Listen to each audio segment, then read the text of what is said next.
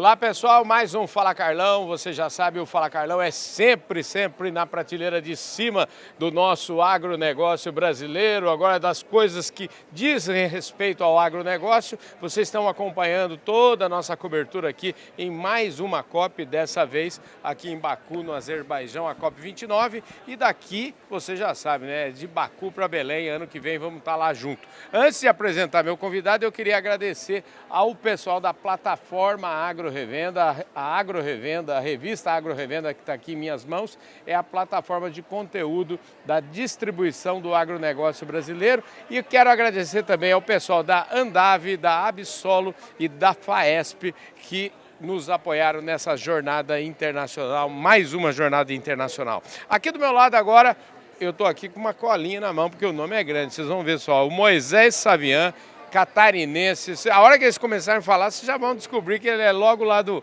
sul do Brasil. Ele é o secretário de Governança Fundiária, Desenvolvimento Territorial e Socioambiental do Ministério do Desenvolvimento Agrário e Agricultura Familiar. Para vocês que acompanham o nosso trabalho aqui na COP, vocês já viram aí que a gente falou logo no começo com o ministro Paulo Teixeira, que é o chefe dele aqui, né? Vai ser... Isso aí. Caboclo, desculpe o meu preâmbulo tão enorme aqui. Obrigado pela gentileza de falar conosco, viu? Tá, joia. Eu que agradeço, é sempre uma oportunidade falar sobre o trabalho do Ministério do Desenvolvimento Agrário relacionado a florestas, à agricultura familiar, né, e ao futuro do planeta aí também, né, que a gente acabou de ouvir o professor e pesquisador Carlos Nobre falando dos desafios que a gente tem, que são desafios climáticos, mas que vão impactar diretamente a nossa agricultura. Eu sou agrônomo, né, sou professor da área aí da agroecologia, e a gente sabe que tem toda uma mudança no regime de chuvas. E ao mudar a chuva, muda a água, a agricultura também precisa estar atenta a isso, né? Então por isso é importante. A agricultura é fortemente impactada com isso. Com certeza. Aliás, eu queria começar a nossa prosa por aí. O professor pintou um quadro gravíssimo aí, eu falei com ele aqui no começo, já falamos com ele também aqui.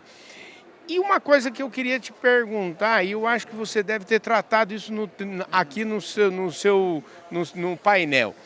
Porque em que medida que todo esse cenário impacta quem? Impacta as pessoas. E aí eu queria que você falasse sobre isso, sobre o trabalho de vocês, porque tem um número gigante de pessoas que moram por lá, que vivem por lá, Sim, que trabalham lá. Como é que é isso? Como é que é esse cenário no caso do ministério que vocês atuam? Bom, o nosso ministério atua com a agricultura familiar e no caso da Amazônia, fazendo o recorte só dos assentamentos da reforma agrária, nós temos 561 mil famílias. Se você multiplicar por 4 ou 5, vai dar em torno de 2 a 2,5 milhões de pessoas que são agricultores, que vivem no campo, né? E uma das coisas que o professor falou é que o tempo da seca na Amazônia ele está aumentando. Sim. Né? Então está aumentando 4 a 5 semanas. E isso é bastante grave, né? Porque tem uma seca na Amazônia, mas é menos que a seca do Cerrado.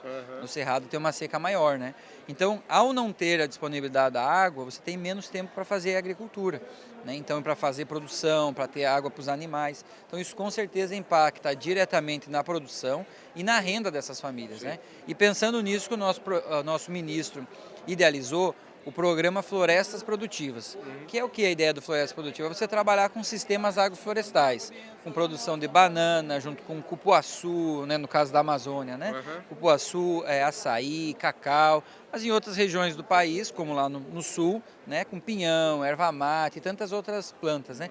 Esses sistemas eles são importantes porque geram renda para as famílias e também eles são mais resistentes a seca, né, a essas mudanças climáticas, a gente chama de resiliência, né? Então eles são sistemas que ajudam o agricultor a se adaptar às mudanças climáticas, e mais do que isso, ajudam todo mundo, porque você sair de uma cobertura de solo com pastagem e você uma cobertura de sistema agroflorestal, você está pegando o carbono que está na atmosfera e está trazendo ele para a planta, está trazendo ele para o solo. Então isso ajuda também nessa questão das mudanças climáticas. Você tocou num ponto importante, você falou de pastagem, né? Existe no Plano Safra, e existe no Ministério da Agricultura também, tratando desse tema, o tema da recuperação de pastagem, que é muito importante para o Brasil. Me parece que ao recuperar as pastagens, você coloca no jogo uma área gigantesca no Brasil e pode fazer uma revolução na agricultura. Isso também vocês estão fazendo parte desse processo? Não, também trabalhamos com o Pronaf, né? As linhas de crédito para custeio, para investimento, elas atendem também o processo de restauração de pastagem.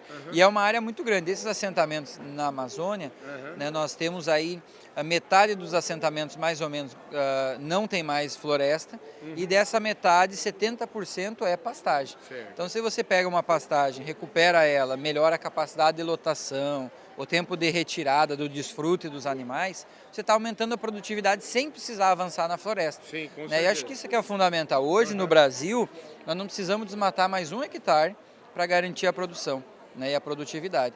Nós precisamos fazer o quê?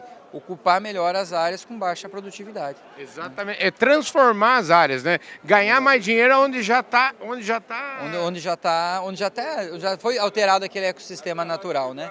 Nós temos a recuperação de pastagem, tem sistema de integração lavoura, pecuária, floresta, que é muito difundido. Sim. Tem possibilidade dos sistemas agro-silvipastoris. Então já tem muito conhecimento técnico produzido pelas universidades, né? Tem muita experiência concreta em campo, demonstrando. E tem um dado, viu, Carlão, que eu acho que é importante falar, você dialoga muito com o público agro, que é o seguinte: tem pesquisa demonstrando que quanto mais floresta você tem perto das áreas de produção, maior a produtividade.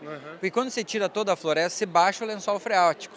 Né? E aí o que acontece? Tem menos água disponível. 18% de floresta ao entorno da agricultura, tem um artigo que foi publicado recentemente, é uma quantidade mínima de floresta para não ter impacto na produção. Então, quanto mais floresta tem, então é uma coisa que nós temos que discutir muito com o setor, né, que plantar floresta não é para os outros. Né, plantar floresta é para garantir a produtividade da agricultura brasileira, garantir a produtividade da agricultura familiar. Aliás, eu falei aqui ontem com a Teca Vendramini, que já foi presidente da Sociedade Rural Brasileira, e ela fala o seguinte: quando ela quer ganhar aplausos no exterior ou em qualquer outro canto, é só falar de integração lavoura, pecuária e floresta, porque isso é uma coisa que mostra a criatividade do brasileiro e o empreendedorismo do Brasil. Sim, não, o Brasil realmente é muito... Vem mais pra cá um pouquinho. Maravilha. O Brasil realmente ele é muito inovador nesse aspecto, né? Acho que a própria existência de uma legislação que coloca a necessidade de ter áreas de preservação permanente, reserva legal. Então isso nós já tinha na década de 60, o Código Florestal já apontava isso.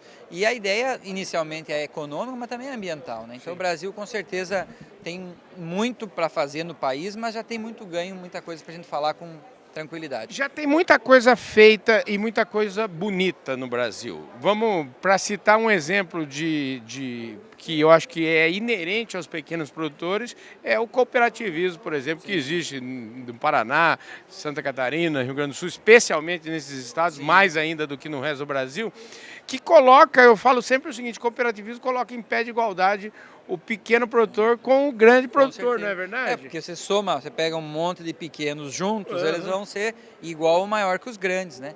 Nós temos experiências no sul do país. Agora, acho que é importante, como a gente fala muito de Amazônia também, né, é falar que existe isso na Amazônia. Nós temos cooperativa, a Cooperacre, que é uma cooperativa do Acre, né, tem a cooperativa em Rondônia, que inclusive tem um projeto interessante com uma grande empresa de cosmético no Brasil.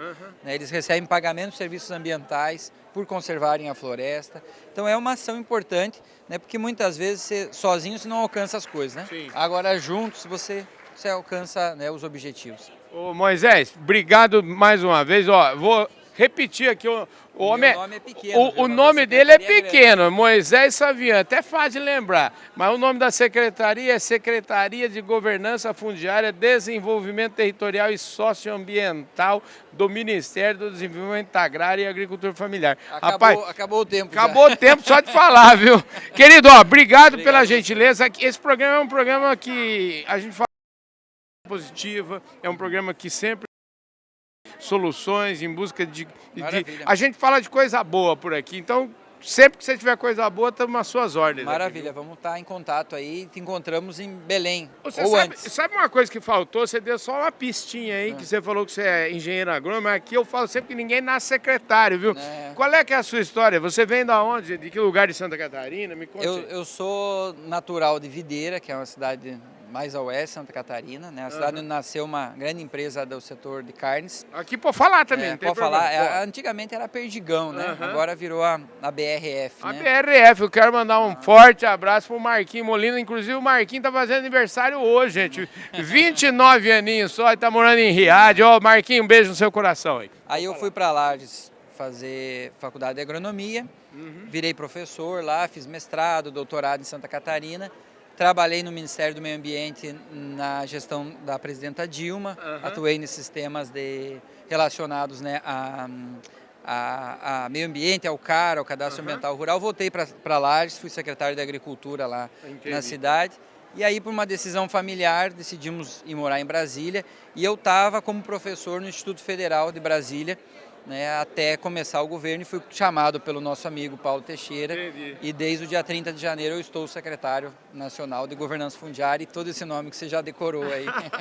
Obrigado. Tá bom? Obrigado, Ô Moisés, Carlos. super obrigado. Você manda um abraço pro Paulo Teixeira lá. É o seguinte, eu vou em Brasília, volta e meia eu vou em Brasília. Vou lá tomar um café com você, viu? Vai lá, você tem meu celular aí, estamos te esperando lá. Tá Pode joia. deixar. Valeu. É isso aí, gente. O Moisés Savian, secretário aí do Ministério do Desenvolvimento Agrário e Agricultura Familiar, conversou comigo aqui, direto da COP29 no Azerbaijão.